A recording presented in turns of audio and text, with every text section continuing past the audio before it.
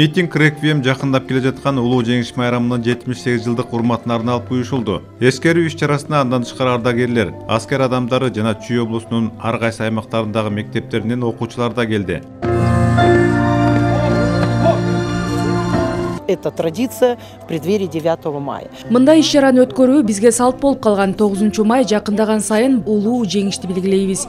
Акыркы 10 жыл аралыгында башка шаар аймактардан дагы мектептердин өкүлдөрү келишет. Мисалы Карабалта, Шопоков шаарларынан Панфилов, Новониколаевка айылдарынын мектептеринен окуучулар келди. Биздин мектеп ушул баатыр адамдын атын алып жүргөндүктөн генерал Панфиловдун дивизиясында аскердик милдетин өтөгөн баатырлардын ысымына байланыштуу мектептердин бардыгы чогулуп, аларды урматтап таазим кылып турабыз. Ни шагу не ступив назад. Бишкектеги номер 6 мектеп ушул атактуу адамдын ысымын алып жүргөндүктөн Советтер Союзунун баатыры генерал-майор Иван Панфиловдун туулган күнүнүн 130 жылдыгы дагы белгиленди. Өткөн кылымдын 41-жылы дал ушул окуу жай жайгашкан жерде катарындагы жоокерлердин баатырлыгы менен атак алышка кеткен Панфилов дивизиясы түптөлгөн.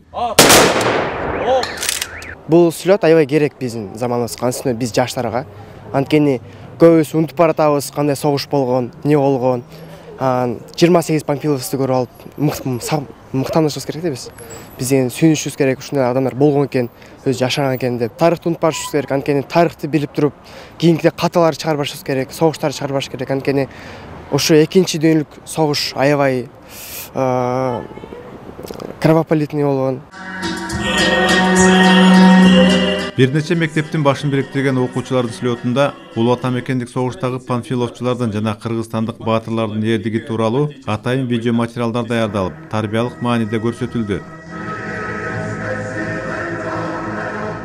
Я учащаяся эколого-экономической школы-лицея города Шопокова. Мен Сокулуктагы Шопоков шаарынан келдим. Биздин шаар Советтер Союзунун баатыры Дүйшөнкул Шопоковдун ысымын алып жүрөт. Согуш учурундагы эрдиктеринен улам биз бардыгыбыз сыймыктанабыз. Правду о нашей победе. Улуу атамекендик согуш тууралуу эскергенде 21-кылымдагы жаштардын көбү ага кызыкпаштыгы, билбестиги дагы айтылып жүрөт. Бирок ал окуя биздин тарыхыбыздын ажырагыс бир бөлүгү болгондуктан өткөндү унутпай ар дайым сабак алышыбыз керек.